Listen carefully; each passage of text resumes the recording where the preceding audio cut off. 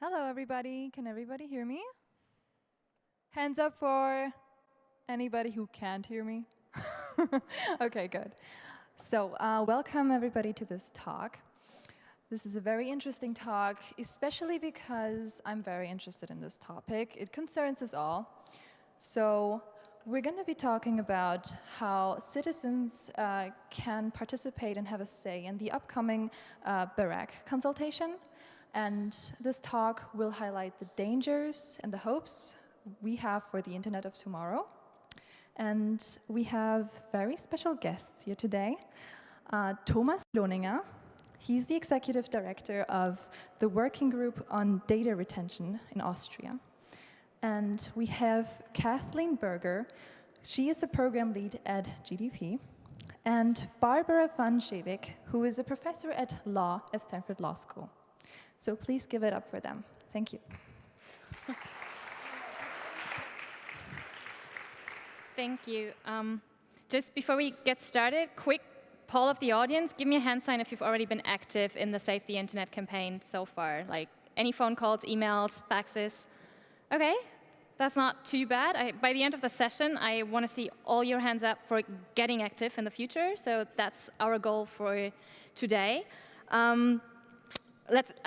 Before we start about Berger, because I hear Berger consultations, and I'm like, OK, do people actually know what we're talking about? So let's break it down a little and start with what is net neutrality, actually.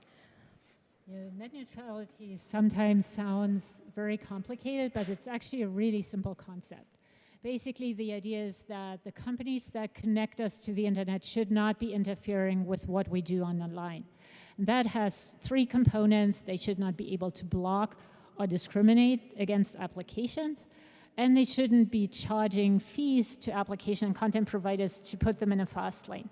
And the general idea is that that will save or sort of protect the environment for innovation and speech that the Internet has originally created. If we were to politicize that a little, like, why is that so fundamental for the Internet? Like, just bring it to a point, as in, like, give me one sentence of why is this crucial? I think it is important because net neutrality allows us to have this diversity and this openness and freedom that we all like so much about the Internet, both in terms of our fundamental rights, which we enjoy in this medium often more than in the analog physical world, and at the same time also it's economic freedom. It is freedom of competition. It is the freedom of ideas. Yeah, I would say basically the things that people like about the Internet, the revolutionary potential, that's all stuff that's tied to net neutrality. This idea that before, if you wanted to speak, you needed to be a journalist or be able to report it on by television or newspapers, and that now you can basically just go online and reach people around the world at low cost. And that's pretty cool. And that's what net neutrality wants to preserve. Interestingly enough, because what we're going to talk about in the process is a very economic-driven process, and everything that you've said is very, very political, which kind of, I guess, is linked to why you got active in this. So what's your personal motivation, if you were to briefly say what got you excited about this, and why are you fighting for the future of the Internet? Well, it's actually, I came through it through the economic implications of net neutrality. I wrote my PhD about Internet architecture and innovation. And the general idea was that Larry Lessig, one of the big Internet gurus, had always said, Internet, the architecture of the Internet was originally neutral, so they couldn't distinguish between the applications and content that were traveling over the network. And we think that was good for innovation, but we don't really know. And so until we know, we should act on the assumption that that was really important. And I felt that was a pretty weak basis to engage in regulation. And so in my dissertation, I set out to say, well, how does the Internet architecture really influence innovation? And so it's 500 pages, so deep into network engineering, network architecture, economics of innovation.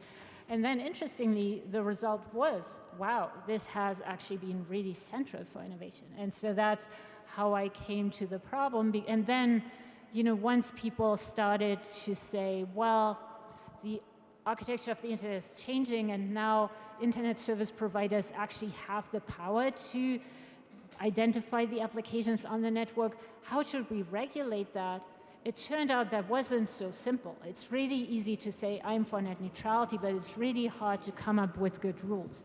And so then I thought it was just a really fascinating question to how to find a good balance between all the different interests of the ISPs and users and innovators and speakers online. And so, I mean, to be fair, I think my role as an academic today is to help people understand this really complicated topic. And I would say you just clarified for everyone in the room why exactly you're such an amazing expert to have on a panel.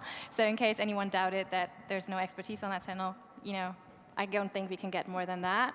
But your focus also with innovation, and you did your PhD in the US, right?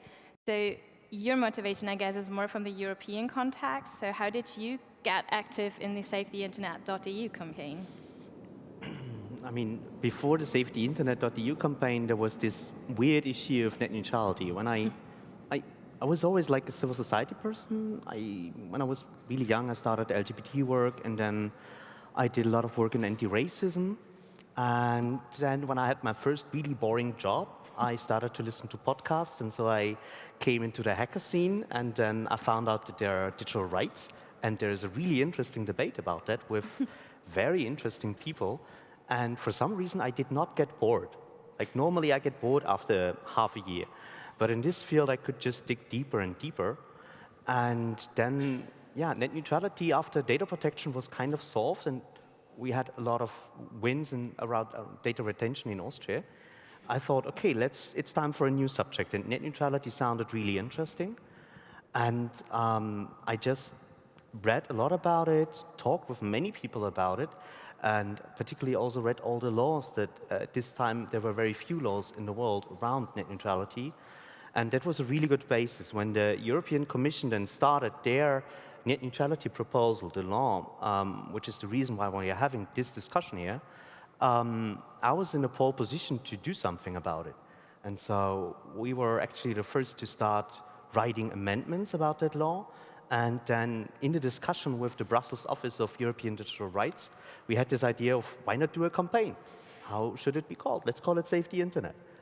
And that's basically the history of the first iteration of this campaign. Okay, great prompt. Before we go into the process of explaining what's happened so far, how many people exactly are currently engaged in Save the Internet? When you say we did that, like how many people are behind such a campaign? That's a good question. I mean, we had many new NGOs joining in recent months. So I think we are actually around 20, 25, something around that, all over Europe and a few global ones. And actually in the core team, I would say it's around 30 people all over Europe that work on this campaign and those issues in general. Before we go into the EU process, do you know how many were active in the net neutrality, like public consultation process, and how many people advocated for that in the US? Do you have a number? I mean, we had 4 million people who filed comments in the public consultation with the US, in the US. I think in general, we have a much broader community of people who care about net neutrality. And in the last iteration of the debate, none of the big companies was involved. And so that really made it a life or death question for startups and libraries and all those people who really depend on net neutrality.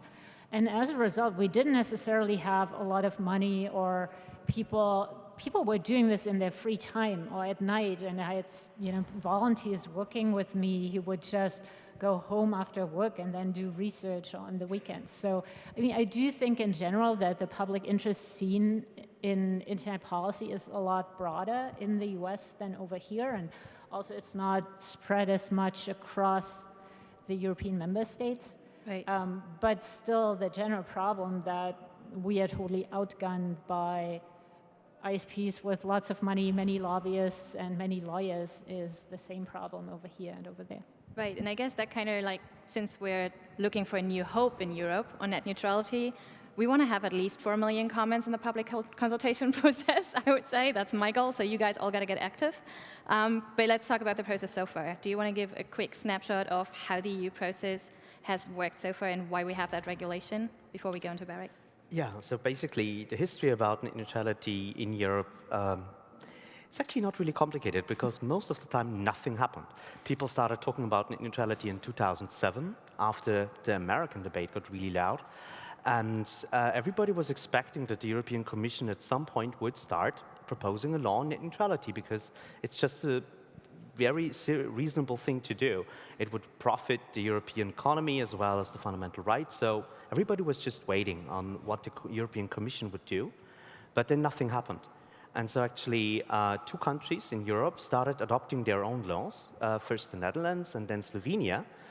And we had 4 reports of the European Parliament, which are like a statement of will. In all of these 4 reports, the European Parliament said, we are for net neutrality, we want a law on this, we want to protect internet freedom. And so we thought, okay, it's just a question of time. And the Commission thought so as well. Neelie Kroes, the predecessor to the former Commission before Günther Oettinger, waited a really long time, almost to the end of her mandate, till September 2013. And then she proposed this huge law, which was also incorporating a little bit about net neutrality. But it was also talking a lot about roaming, about frequencies, about all those loosely related telecom issues. And September 2013 actually was really late, because if you remember, in May 2014, we had elections on the European Parliament, which means half a year before election, everybody stops working. Everybody is basically going back to their home country and trying to win a seat for the next parliament. And so that was quite complicated to get this dossier through, but there was roaming. Roaming was a really populist issue, which is essential to understand how this dossier came about. Because roaming is like the carrot in front of the European Parliament. Every politician wants to go home with a huge victory, and killing roaming charges, the things which makes using our phones outside of our home country so expensive, is some really populist argument, something where European politicians can get a lot of plus points in their home countries. And so this dossier, this part of the dossier was the reason why we actually got this through before the election.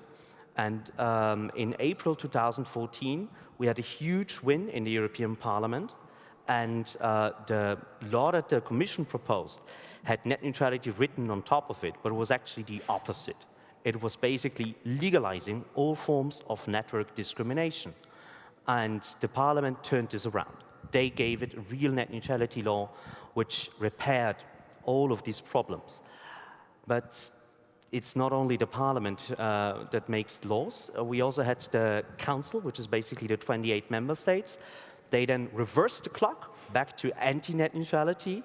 And so we had 2 versus 1, when all those 3 institutions entered into a really, really weird thing called trialogue.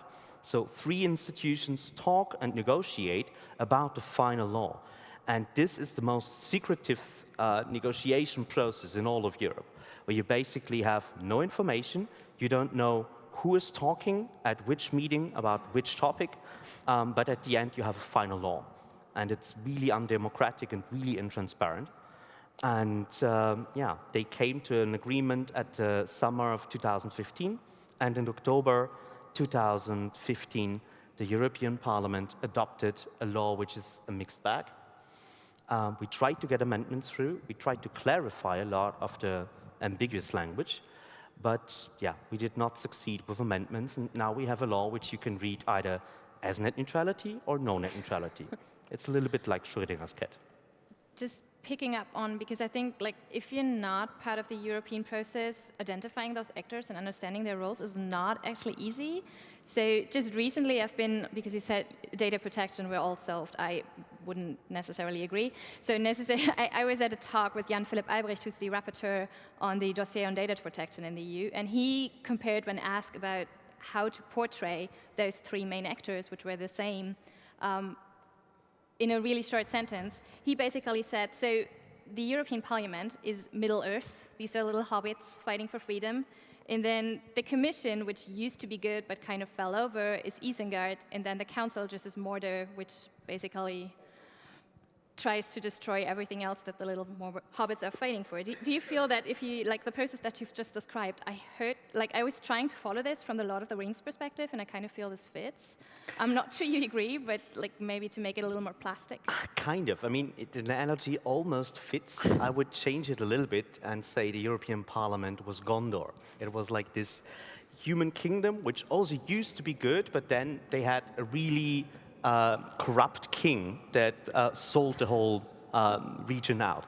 And in the data protection regulation, we had a really good rapporteur, Jan-Philipp Albrecht.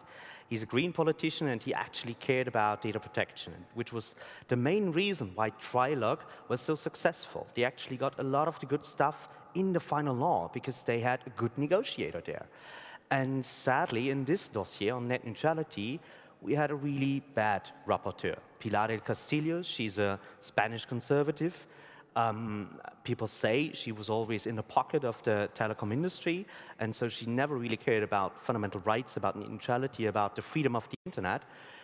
She just wanted to do something which is positive for the telecom industry.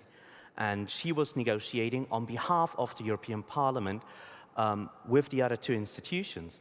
And although formally she would have been bound to the first reading agreement that the whole Parliament agreed in plenary, she still sold us out on many of those points and did not really negotiate for net neutrality, but opened up many of the loopholes and ambiguities that we now have in this law. It's kind of a little gloomy, so rather than Middle Earth, we now have Gondor. But like maybe if we look into what have we learned from that process so far, that also means that individuals matter. It's not just the process, but it actually matters who's in charge of the dossier, which might also be something that other regions come up with as in, yeah, you can make a difference, which is why we're also here, because with that rapporteur thing that had such an effect on the trilogue. So I guess, is that one of the takeaways that you would have from that campaign so far? Yes, the rapporteur matters enormously. And you have to get a good rapporteur for a dossier to be a win. And what we always know, we are good in Parliament, but we are bad in Council, and we are really bad in trilogue. And what we need to learn is pan-European campaigning. We need to be able to fight for digital rights issues in all of those countries in Europe, and not just Germany, not just France. We need to actually be able to have one common European debate, which is hard in 28 countries and 24 languages. Yeah, and I think part of the problem is that many journalists only report on stuff that happens in Europe until after it has been adopted. And that's a real problem if you want to get people to pay attention and understand what's going on. And so I do think the thing to learn from that is that we need to learn earlier so that people can actually do something. Yeah. I mean, so far, the process, okay, lessons learned, we need to come early. We're trying to come early with the second stage, because right now, as you already mentioned, we are left with a regulation that leaves quite a few gray areas that leave room for interpretation, and the question of how to interpret them and how to move forward and develop guidelines for implementation, we need to know what the problems are. So talking about the core problems with the regulation that we're going to consult on, we're going through them bit by bit. So maybe we'll starting with the specialized services. What does that mean, and what's the problem? So specialized services isn't necessarily a bad thing. The general idea there is that the open internet may not be able to support all of the applications that we can envision. And so there might be some applications who really need very special treatment from the network. People have a hard time coming up with concrete examples, but that doesn't mean that they don't exist. So let's just imagine this hypothetical unicorn that we are not getting because the open internet can't support it. And so to provide a vehicle for those kinds of services, the regulation allows so-called specialized services that are also provided over the internet infrastructure, but run separately from the open internet. So far, that's not a problem. The problem is that the definition of specialized service, of when it's allowed to be offered, is so loosely formulated that you could use it to circumvent the rules prohibition on fast lanes. So the normal internet rules say internet service providers are not allowed to offer fast lanes to a fee to application and content providers. So Google or Facebook can't pay to be put in a fast lane. So that's good.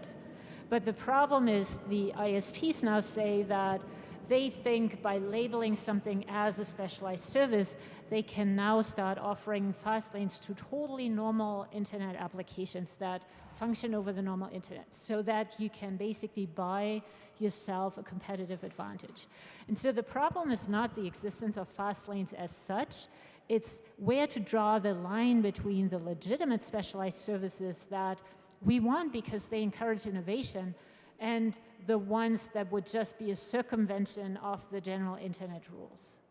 I still kind of actually struggle with what a concrete example is. Like, if I remember correctly, then we've just been at the session of Commissioner Oettinger, who was here earlier. He's always talking about those self-driving cars. Is that really the kind of thing that we're looking into as that's valid? Like, is that really, like, how do we deal with arguments like that? I think that's a side battle, because nobody disagrees that there might be services, even though we can't define them or sort of put our finger on them, that might benefit from that treatment. For me personally, maybe the one that comes closest is, you know, this remote surgery. Yeah, absolutely. If someone is doing remote surgery, then we want those packets to have very, very stringent requirements in terms of reliability and delay. Of course, that's not really what we are talking about, because a lot of what we worry about is sort of fast lanes on the last mile to the consumer, and I probably wouldn't be doing remote surgery from my home. But I really don't think that's the problem. Let's concede that. That's a sensible idea. The problem is where to draw the line.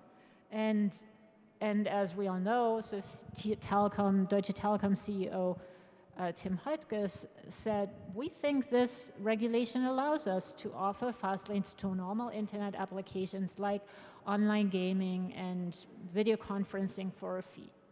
And that's a real problem, because it would fundamentally change how the internet has operated. So far, everybody gets to use this on the same terms. I pay my ISP and the application providers pays their ISP, and then the networks in the middle figure out how to move the money around so that everybody gets compensated. And that has kept the cost of starting new businesses incredibly low. You know, if you don't do internet businesses, then you might not really understand how low, but it's sort of in the tens of dollars or thousands of dollars, but not hundreds of thousands of dollars. When Mark Zuckerberg started Facebook, it cost him $50. When Reddit was started, they had $12,000. They were recent graduates. And in the US Open Internet proceeding, you know, that was one of the big questions that our regulatory agency, the Federal Communications Commission, had to grapple with. Is it really such a problem if you can start paying for fast lanes? And so it was actually pretty tricky, because the path to the good rule was viewed as sort of a nuclear option, something that had high political cost. And so the politicians really needed to be convinced that this is important. And the regulatory agency originally said, we think it's not a problem. We think the internet can change. We think we can save innovation by making sure that the slow lane isn't too bad. You know, if you have a fast lane and a faster lane, then startups can start with the normal lane and then graduate to the fast lane once they get successful. And that created a big outcry, you know, where more than 4 million people filed comments, and all the startups said, no, it's not just Google, Facebook, Yahoo, which were founded under these conditions. This is not sort of the good old days, but today things are different. We today build our companies with very little money. We don't get in venture capital unless we have about 1 million users. And so if you forced us to pay just in order to be competitive with established companies, then we just wouldn't have a chance. And I think that's the key thing that regulators and politicians are grappling with, that if you come from a world where you don't deal with internet startup, that doesn't make any sense, because, you know, if you want to start a bakery, of course you have lots of costs, and then you go to the bank and you get a loan, and that's it. And so understanding that that's not how the internet economy has operated, and what we would lose by changing that, that's huge. Right. And there's actually a really important point to note here, because in the US you had a debate about paid fast lanes. And you just gave us the argument why these don't make sense, at least not from an innovator's perspective. But in Europe, we had a debate about specialized services. Those magical unicorns that nobody has ever seen, that nobody can give you an example. They are for sure not remote surgeries because they almost never exist. They are, I think, also not self-driving cars because we have tunnels, we have rural areas, so there is just no coverage in any cell phone network. And we spent so much of the negotiation time, too, deciding about specialized services. And when we look around at the other net neutrality laws around the world, actually no other legislator tried to define specialized services. I think in the US it was just a footnote that solved the whole problem. And it took enormous energy in Europe to just discuss something. And now we have this law. And we'll talk about the regulatory implementation, but one of the real funny things is that there is actually a regulatory problem that our telecom regulators are faced with, because we have this great new definition which should allow for future innovation as specialized services, and existing specialized services like weather stations are actually not covered in this definition. So they really spend a lot of effort to write a law which fails on almost all categories.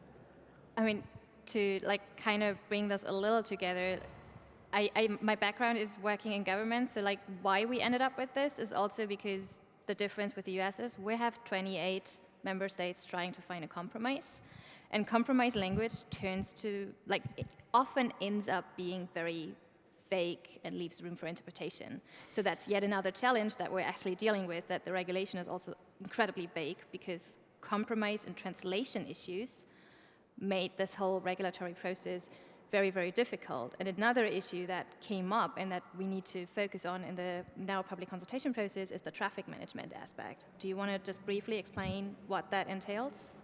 Yeah, basically traffic management is what an ISP does day by day to just get its normal network operational. So you do this, for example, because you have congestion, because it's 8 p.m., everybody comes home, uses the internet, and the capacity that you have available in your network is just not sufficient for the demand that the users produce.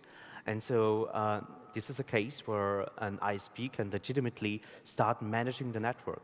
But there are various forms how an ISP can actually does that. And one way of doing it, which is also the way which worked really well in the US, is to do it application agnostic, so that the ISP is actually not differentiating between the applications, but uses some other criteria. For example, consumption-based congestion management, where I just say, okay, the users that have used the most of their network capacity in the last hour, they're a little bit throttled. But actually, it's just the pipe that's getting a little bit smaller. I'm not prioritizing individuals' applications in that pipe. There are other forms to say, I have user-controlled quality of service flags, where it's actually, for example, my Skype that says, this is now a real-time voice connection, and the application says, this is important, but not the ISP. Because whenever an ISP is given the power to discriminate, to distinguish between applications, there is an inherent problem with that. Because you have an almost infinite amount of applications that are often also encrypted in a way so you cannot really see what's inside if you don't use deep packet inspection. And there are many problems that arise, and traffic management is a quite complicated issue. And the regulation actually gives us quite a solid legal basis to cover that. And we're just saying there's a threefold hierarchy. So whenever you can solve a problem, you should do it as application agnostic as possible. Yeah, and I think the general idea is pretty simple. The general idea is that even if there is congestion, we still want the internet to remain a level playing field, where users decide how they want to use the network, and every application has an equal chance of getting to use it. And it's not this idea of an ISP picking and choosing who gets which treatment. And that would be totally irrelevant if there wasn't another way. But as we have now seen in the US and in Canada for almost 10 years, so if we have had this kind of network management prescribed by the regulator since 2008, networks work really well with that. And so So this has pretty important implications for how we experience the internet. Apart from experience, the internet, that deep packet inspection for a human rights perspective has huge privacy concerns. Another issue that is currently in the gray zone is also zero rating, which I would say is quite a big issue for freedom of speech. How do you feel about that? And what does the regulation say? Yeah, so zero rating is the exemption of applications from users' data caps. Right now, most of us have data caps, at least on our mobile networks, often also on fixed internet service. And so usually if you use an application, it counts against the cap. And if an ISP zero rates an application in Germany, for example, Deutsche Telekom zero rates Spotify, then using Spotify doesn't count against the cap. And some people think, well, the data packets are still being treated in the same way. So if I use Spotify on Deutsche Telekom's network, the Spotify packet comes to me at the same speed as any other packet, whether it's Pandora or SoundCloud. And so they say, so see, that means it's not a net neutrality problem. And what this view neglects is that users strongly prefer zero-rated content. There are now a lot of studies that show that, experiments, Slate did one in the US where they had the same podcast where they offered the same podcast to some users on a zero-rated basis, and for others, they counted against the cap. And users who were offered the zero-rated podcast were 61% more likely to click on it. So a huge impact on user behavior. What does that mean? Well, zero rating is just another tool to favor some applications over others. And as a result, it creates exactly the same problems as technical forms of discrimination. And that means if we have a regulatory regime that has great rules for technical discrimination, but allows all forms of zero rating, then we have effectively made the law meaningless. And the interesting feature with the European situation right now is that it's not clear what the regulation says. The public interest groups say, well, actually the rule bans all forms of zero rating. And then the ISPs say, no, the rules allow all forms of zero rating. And I would probably say, well, the rules prohibit the bad forms of the zero rating, but allow the good ones. That shows you sort of the range, and now the regulators have to figure out what to do. And again, there is a lot at stake. You mentioned democracy. Part of what we are worried with paid fast lanes is that it's not just an economic problem for startups or small businesses who can't pay to be in the fast lane. Part of what was so exciting about the internet was that you didn't need a lot of money to speak to people on the same terms as others. No matter how rich you are, you can get to people. So now the law says in general, you cannot charge people to be in the fast lane, but then you can turn around and say, well, now just pay us to be zero rated, but a startup that can't pay to be in the fast lane can't pay to be zero rated, and all these groups, net activists, independent artists, bloggers, new media, they can't pay to be zero rated either. And as a result, you get the same distortion of two classes. The kind of content that users prefer that's zero rated, that's what the rich people get, or the rich speakers get. And then the other stuff that counts against your cap, where everybody's really wary because you don't really want to get to your cap. And so that's part of the problem that we are worried about. Right. Do you want to add to that? Or otherwise I would ask about the global context, because we've just had this major win in India, for instance, and their zero rating is clearly banned. So is that something that you want to elaborate so that we have an idea of what we can tap into for our argumentation? Yeah, part of what's interesting in India is that they did a public consultation just about zero rating. And there is this prejudice that people don't really care about zero rating because it's free, and who doesn't like free stuff? And so a lot of politicians are actually worried to touch zero rating because they say, oh, people will be really mad at us because we are taking free Spotify away from them.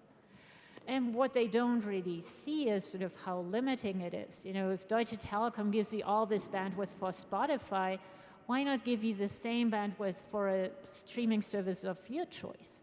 Or they don't really see sort of negative incentives that creates for the ISPs. You know, you only want to pay for zero rating if bandwidth caps are really low.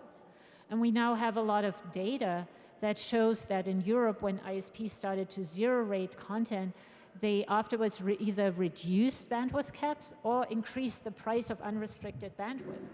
And so basically that means as users we suffer because zero rating creates an incentive to lower bandwidth caps, and so we have less bandwidth available that allows us to choose the network in the way that we want.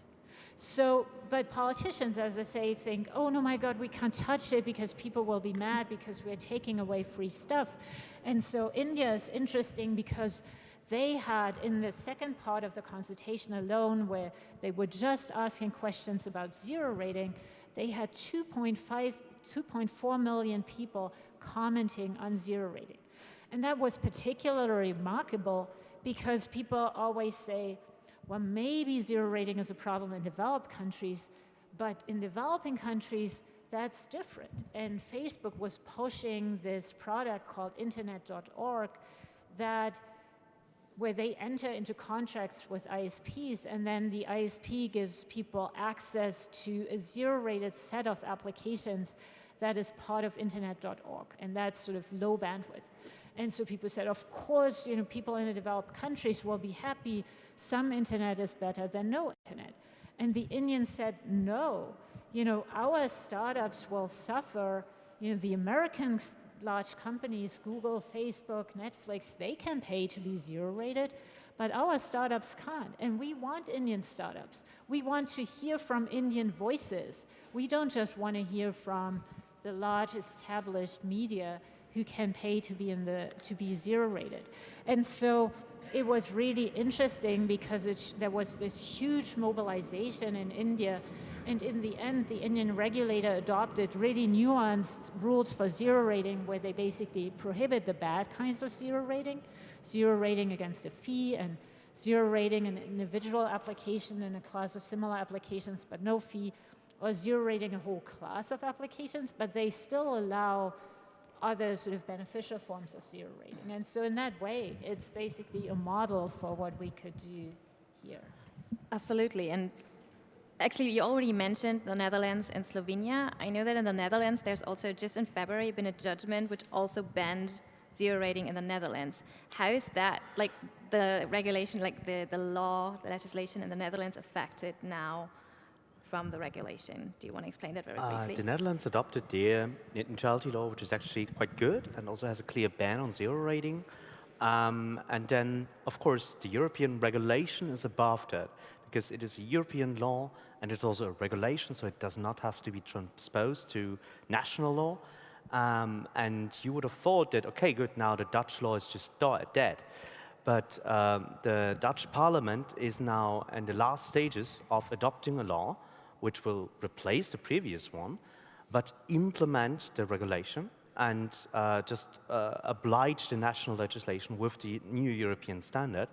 And the law they will adopt is actually a complete ban on all forms of zero rating. So they are exactly following our argumentation in interpreting these new European rules. So we cannot beat that off. And again, it is good because the Netherlands are really sensitive about this issue. And I've been traveling a lot to speak with telecom regulators all over Europe. And we have a very different set of debates. There are, in every country, a few experts that follow the international debates. But from public opinion perspective, we are just at really different stages, I would say. In Germany, in France, in the Netherlands, and maybe also in Austria, the debate is quite advanced. Yeah. But there are other countries, particularly in Eastern Europe and in Sweden, where the debate is just never happened. And so people just have to learn about what net neutrality actually is and how it will impact them. Before we go to the call to action of what everyone can do, just saying it already, like think about what questions you have. We're going to open the floor basically after this one call where both Barbara and Tom are going to tell you why we need to get active, when exactly, and what we can do. So you want to start, as in, you want to start? Okay, you start. Yeah. So what's the process? What can we do? When exactly? And who helps us? Good. So you can go now to safetyinternet.eu, and there is really easy, simple tool that you can use to make your voice heard. You've seen in the US and in India how important it is, how huge effect it can have if people make their voices heard, if they actually participate in such consultations. And if you tell your own story, may it be how the internet influenced your education, your business life, your private life, all those things matter if you think about it in terms of freedom of speech, of net neutrality. And our tool makes it really simple for people to participate in this consultation. Formally, the official consultation of Berger will only start at early June this year and go till the 18th of July, which is actually a little bit of a flaw in the system because it is in summer, I know. That's not really the best time for political campaigns. Also, Berger only has a few weeks to analyze all those comments because the law sets a hard deadline at the end of August at which the guidelines that Berger will create, that will govern how we have net neutrality in Europe, they have to come at the end of August. This deadline is just theoretical. I mean, they could break it if they really want to. Again, if we are successful in the consultation, that there is a chance that Berger just says, okay, we need more time, and nobody would object to that. But going to Safety Internet, inform yourself. We spend a lot of time in the FAQs, and you'll find a lot of background information about the issue itself, about the other debates in India and in the US, and then just make your voice heard and tell other people about it, because especially the context in which you are, maybe your company or your student association or your digital rights NGO, there are many things where you can connect to and where people can actually engage institutions to participate in this consultation. It was not just private individuals that managed to achieve such high numbers of comments in the US. It was also that people went to their company, went to their boss and convinced him to say something about net neutrality, or go to your university and speak with the people those. And getting those other actors involved helps us a lot in making obvious and making clear how diverse this topic actually is. Yeah, no, the one thing I would say, I think sometimes if you're not an expert, there is this tendency to say, well, what do I have to offer? And I think it helps to think about the problem in two ways. There are two separate questions. One is the legal interpretation. And if I'm a normal user, then you don't need to engage in legal interpretation. But then there is also the policy issue. If with a law like this, it supports two different interpretations, so lawyers won't be able to solve it. So in the end, it's a policy judgment call. And for that policy judgment, that's where people come in, where if you can explain, I'm a startup, and when I got started, we had that kind of investment, and here's why we wouldn't be able to pay for Fastlane. Or, I'm a student, I have a website, whatever. That basically, those experiences that are relevant to the question of how would allowing fast lanes, how would allowing zero rating change your experience? That is a real contribution that is helpful for the regulators. And so the tools that they put up at safetyinternet.eu, they actually help you sort of structure your input at the right points. And then when the draft guidelines come out, I would expect that you guys people will publish sort of analyses relatively early. And then I think the one thing to keep in mind is some stuff might be really bad and some stuff might be not too bad. And that might make you think, oh, it's not too bad, so maybe I don't need to pay attention anymore. And there, of course, the things that are looking good are the ones that will trigger an enormous lobbying push by the internet service providers. And so no matter what the draft guidelines say, we will need widespread public support for the good solution. So apart from generating diverse audiences to bring that topic really to everyone, to explain it and to make sure that we also have the media coverage, etc., I think the easy step that everyone can do, a really real cool tool that's on there, is you basically go on, answer a few questions, and that generates an email for you, which you can automatically send to your regulator. So it like basically interacts for you and makes that possible already in advance to the actual consultation, because the time is so limited that being active over summer when you're actually supposed to be on holiday, and I know everyone's busy with everything else, but you want to save the internet, you can do that already. So that's actually really easy. So apart from doing all that, trying to amplify voices, this is something you can do right now. So I would really encourage everyone to do that. And apart from that, are there any questions? We do have a microphone in the audience, so please just give us a hand sign if there's anything that we haven't covered, if you need more examples, if you want to know how else you can get active, like translating, helping sort out the code, all these kind of things. It's all possible. It's a tech conference, so be creative. Ask questions. I'm here. Just put up your hand. Don't be shy. We don't bite because there's actually space between you and us. There's a hand right over there. Oh, okay. I'm losing my mic. My question is, what can we do to get this topic a bit out of the expert field and into the broader public?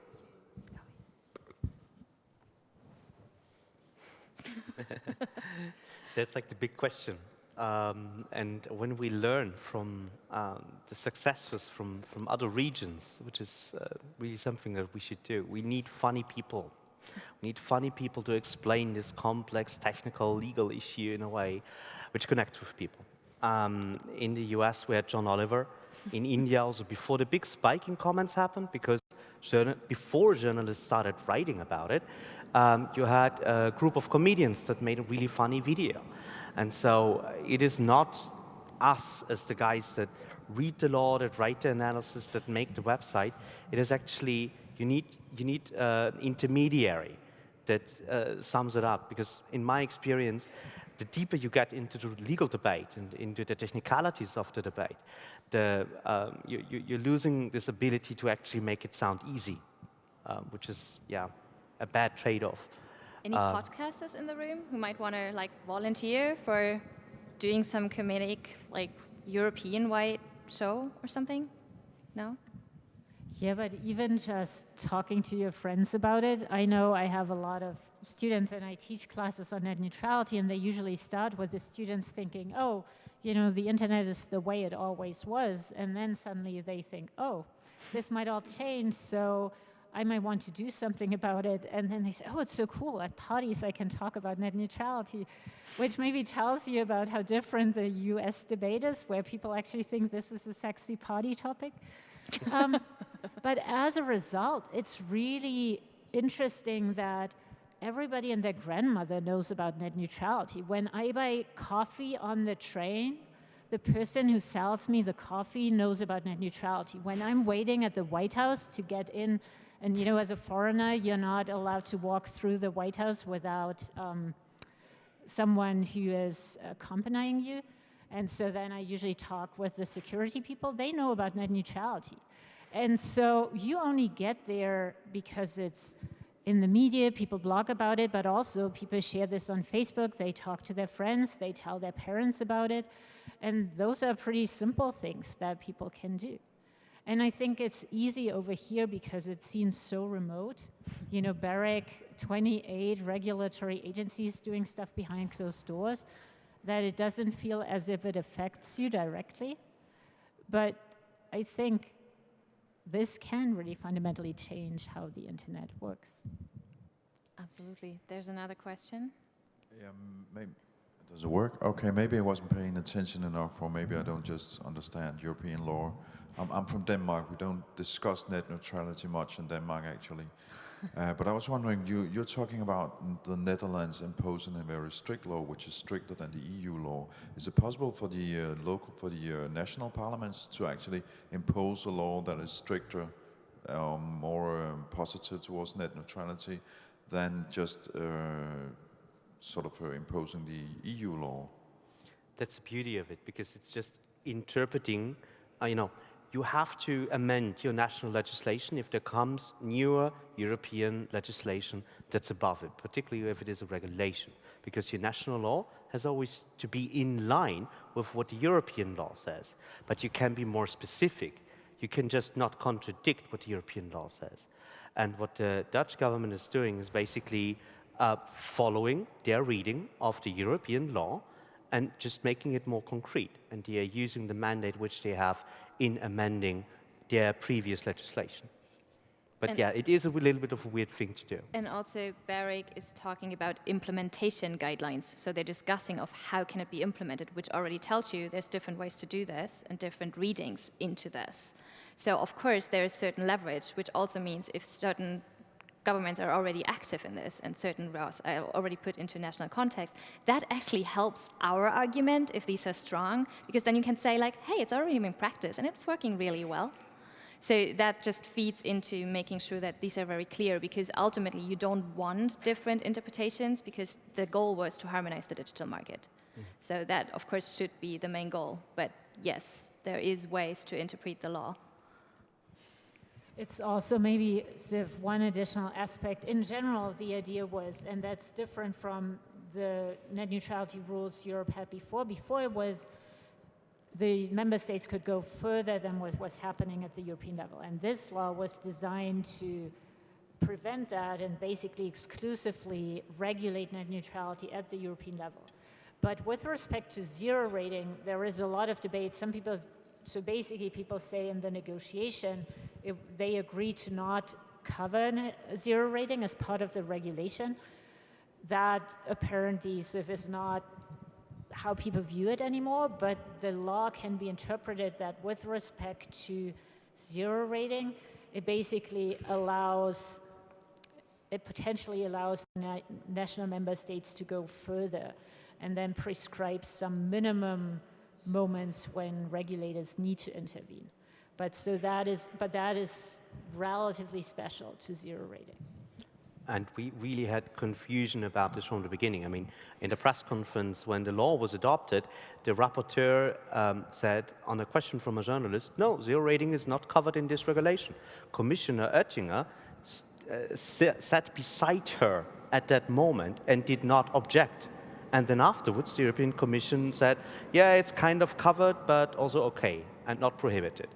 And now, a few hours ago, Commissioner Oettinger was answered this question if zero rating is allowed or not, and he also said, no, we'll have to see, we have to make a practical test before we know the law that we worked 2 years on, what it actually says on that issue. So I also think that there is intentional confusion in some parts. And this ambiguity at the end is helping nobody. Not even the telecom industry is happy with legal uncertainty, and especially so we as consumers, as human rights activists, and also not the people that would invest in European startups. Because I cannot invest if I'm not sure that this business model will even work in the European network in a few years' time. Are there more questions from the audience? Oh yeah, there's one more. Yeah, hi, I'm from India. Cool. And you're right. I mean, most of us started talking about net neutrality only after seeing the funny video. But then, and it had a link to it. So all you have to do is click the link. There was a template. You just put your name, email ID, and you send it. It's not really a debate. It was just sort of, after you see that, and yeah, it does sound wrong, and you send it. So is it something like that you're trying here? And secondly, in India, Facebook became the face of zero rating. And it's quite easy to hate Facebook in India. I mean, it is an American corporation trying to kill our companies. So is there a similar sentiment here? I would say it is similar but different. I mean, this issue of digital colonialism was maybe the prime motivator in India. In the US, I think it was mostly freedom of speech, and this also came out of an analysis that being American means being able to connect to different opinions. The framing in Europe is mostly as industry policy, as a digital single market issue. And so we have a very abstract debate in some parts here. And the points where we were strong in first reading, when we sent 40,000 faxes to European Parliament, it was also just a one-click campaign, which made it easy for people to make their voices heard. The current tool that we have on Safety Internet is a little bit more complex, but it tries to strike a balance between creating really unique and individual comments in the consultation, but at the same time making it easy for people to just write 1 or 2 sentences about what they think, and so kind of doing both at the same time. And to answer your question, as in whether Facebook can be like the enemy, I think for, like, at least from a German perspective, Facebook is more an enemy to privacy. So like that link is very, very much on that note rather than net neutrality, also because free basics is not as such offered. The zero rating services that are often offered are on top of data caps that you already have. So it's not like the start to get to the internet, so that's why it's really hard to politicize that in that way. So we don't have that momentum, which is why we need other ways to make things more tangible, I would say, from my perspective. More questions there? Does anyone feel you're now prepped to go on the safetyinternet.eu page, click and send your emails? I want to see all your hands up as getting active. Awesome. There's still another question. There wasn't just a hand sign of getting active. Sorry, I'm I sitting can't here in the see back. you. Yes. Okay, I have to get up. Okay, that's me. My name is Wolf.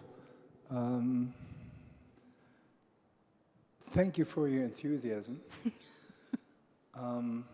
I followed today Barbara's speech, and before that we had Mr. Oetting on stage. And I think it should have been the other way around.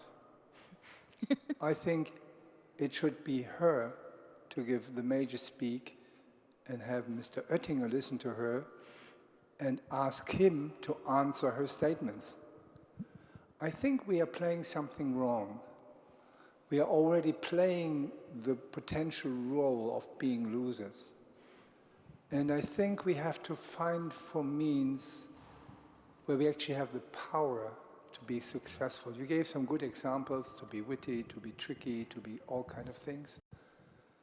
In old German ways, we had a word which is out of space now, saying, wenn der starke Arm es will, stehen alle Räder still. You know? We need something in this now in our debate. And I would like, what are our tools which we really have in power to compete in this struggle for equality? Thank you. If I just may, one thing about being enthusiastic, that picture, which is like, you know, if you're strong enough, you make things stop. We don't want to stop things, we want to keep things moving, which is why we want the internet to be free. That would be my enthusiastic statement to that, but I'm sure the others have something else to say to that. You want to comment? I don't know. I mean, that's an old workers' union song that you were quoting. Sadly, we have no union of internet users, but yeah, in principle, something like this is needed. And I'm really happy to say that more and more consumer protection organizations are joining Safety Internet, particularly in Eastern European countries where there is no strong digital rights NGO scene. But they all recognize that net neutrality is a core issue for them and that they have to work on it. And so I think a lot of the sensitivity is there. You know, it's interesting. Of course, there is a lot of education behind the scenes. I'm talking with a lot of policymakers around the world and in the US. And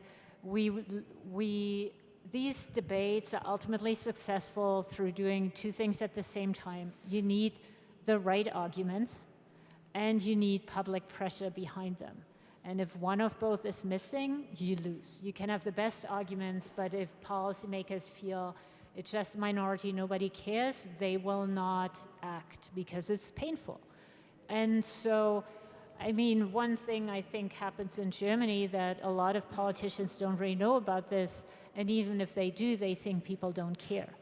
And so even just calling your member of parliament and say, what do you do for zero rating? What do you do for net neutrality? Actually makes a difference because it shifts the debate in a way that shows people that people care. Of course, that doesn't necessarily help sort of with what Günther Oettinger thinks or doesn't think, but of course he isn't the only person engaged in the decision. So from our side, we would say thanks. We'll definitely keep fighting. We hope you join us. If there's no more questions, then thanks for your attention.